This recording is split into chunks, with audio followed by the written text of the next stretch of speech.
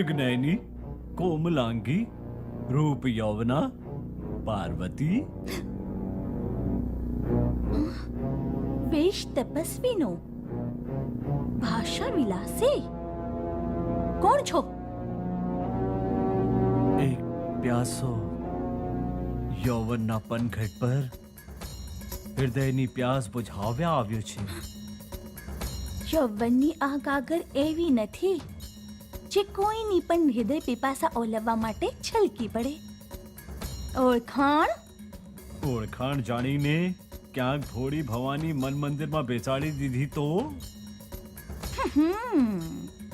મન મંદિર પ્રાણેશ્વરની મોહિની મૂરત સજેલા છે. સાંભળ્યું નથી? પરંતુ આખા જગતના અનમોલ ભોલેનાથ જ મારા આરાધ્ય દેવ છે. ઓહો, ક્યાં કાળી કાળી લહેરાતી લટોમાં છુપાયેલી ચંદ્રમુખી અને ક્યાંય ઓગળ જટાજૂટ ધારી. પરમેશ્વરની જટાઓને આકાશ માનવામાં આવે છે. આકાશ વાયુમંડળનું કેન્દ્ર છે. પરમાત્માને યૌનકેશ કહે છે. પરંતુ આ જોડી જમશે કઈ રીતે? રત્નોથી સજવા વાળી એક મનમોહિની રાજકુમારી, સર્પોની નરમુંડોની માળા પહેરવા વાળા એક અઢંગી અઘોરી, નાગ જેવા હિંસક જીવને પણ વશમાં રાખીને ભુજંગ ભૂષણના દિવ્ય શક્તિનો પરિચય. મુંડમાળાનો અર્થ મૃત્યુ પર વિજય છે. દેવશ્રેષ્ઠ મૃત્યુંજય મને પ્રિય છે. પરંતુ એ અઘોરી ગ્રહસ્થી કેવી રીતે વસાવશે? બાગંબર લપેટીને ભભૂત ચોપડી મોટો બળવાન બનીને ફરે છે. બાગંબર લપેટીને કામને પરે રાખે છે. ભભૂત પોતીને મહાકાળ સંદેશ આપે છે કે વિશ્વની દરેક વસ્તુ નાશવંત છે.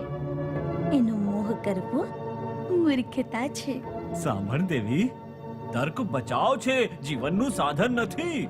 ન ઘરના બહાર નંગ ધડંગ શમશાનમાં રહે વાળો જીવનને શું સમજે?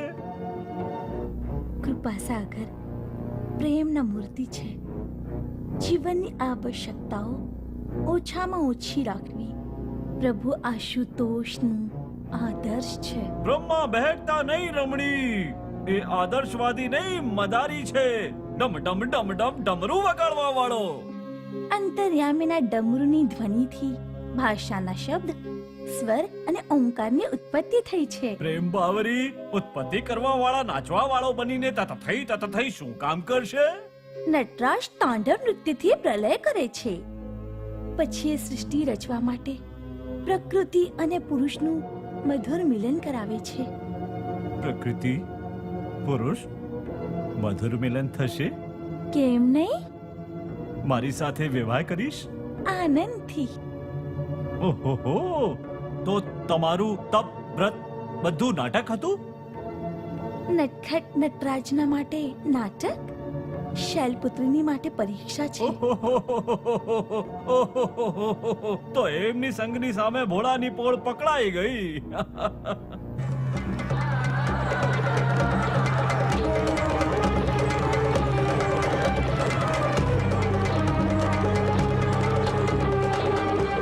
ભોલેનાથ પ્રભુ,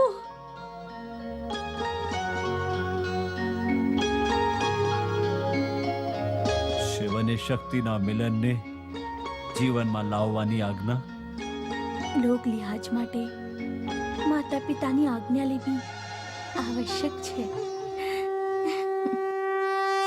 શિવજીની જાણ નીકળવાની છે. પાલનહારની સાથે સૃજનહાર ગયા પણ. દેવરાજ અને એના પતિ ભૈરવનાથ પણ ગયા. તો અમે જ કેમ રહીએ?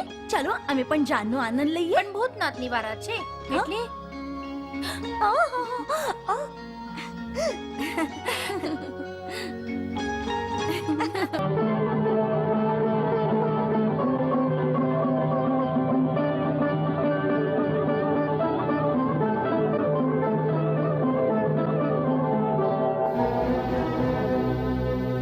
અરે રાજા તારકાસુર, ભાગી ગઈ પીપુડી, ભાગી ગયા ઢોલ, મરી ગયા આપણે.